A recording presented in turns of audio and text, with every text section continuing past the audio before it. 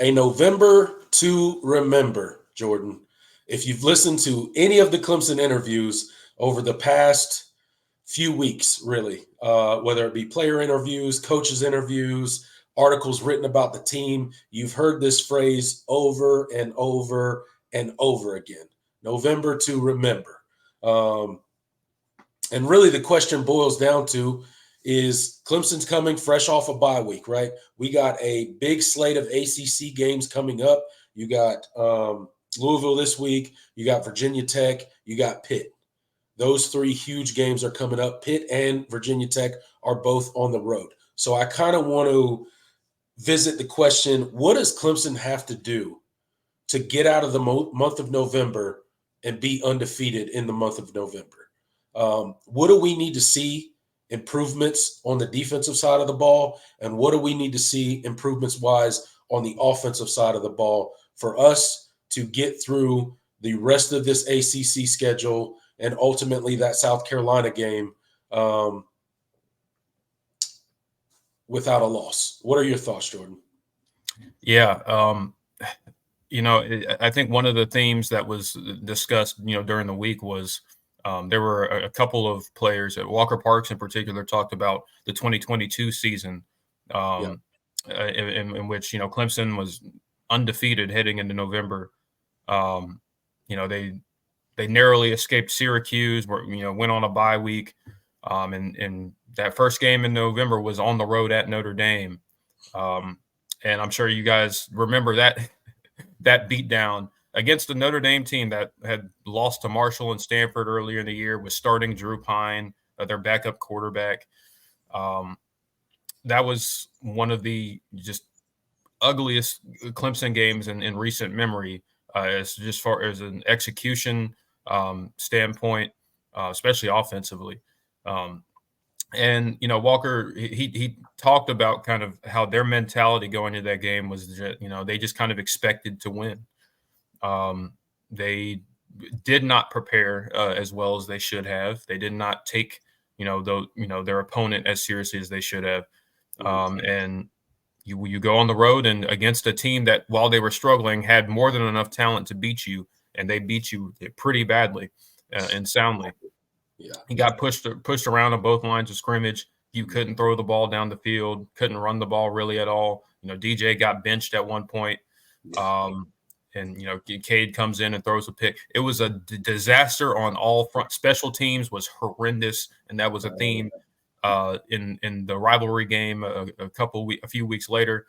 And so, I think just for this team, first and foremost, it's keeping the mentality that you've had, through this 6-game winning streak.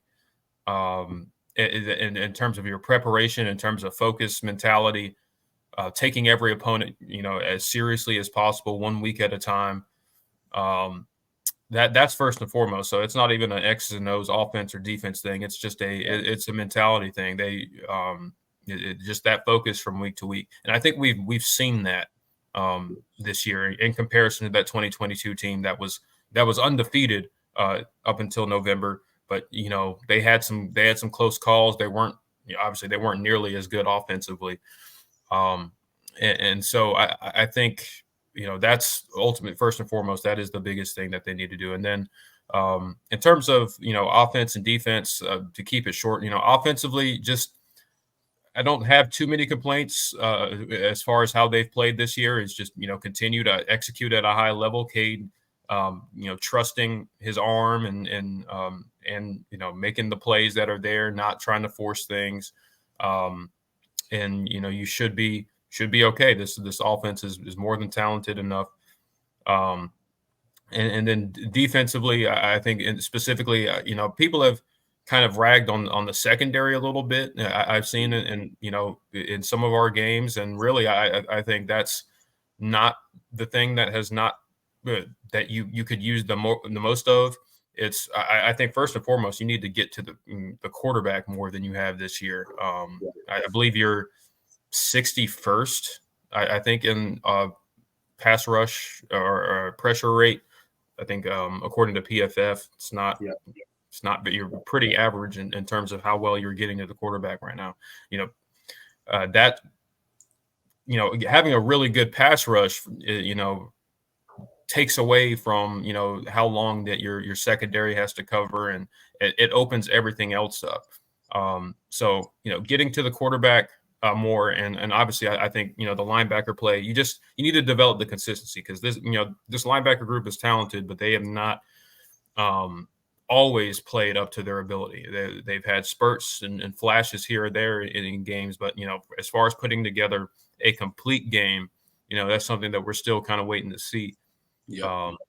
So defense, get to the quarterback more. Linebackers need to step up, and I think the back end will be okay. At least the first stringers, and the rest will take care of itself. Special teams keep not being an issue, and you should be okay. Yeah, absolutely. Special teams, the more we're not talking about them, the better off we are, probably. But yeah, I agree with a lot of what you said. For me, on the defensive side of the ball, it's really just building that consistency, right? There's been points and times in the season where we've lacked a little discipline, right? And we've at times we've lacked setting that edge. That's going to come up this week, for sure.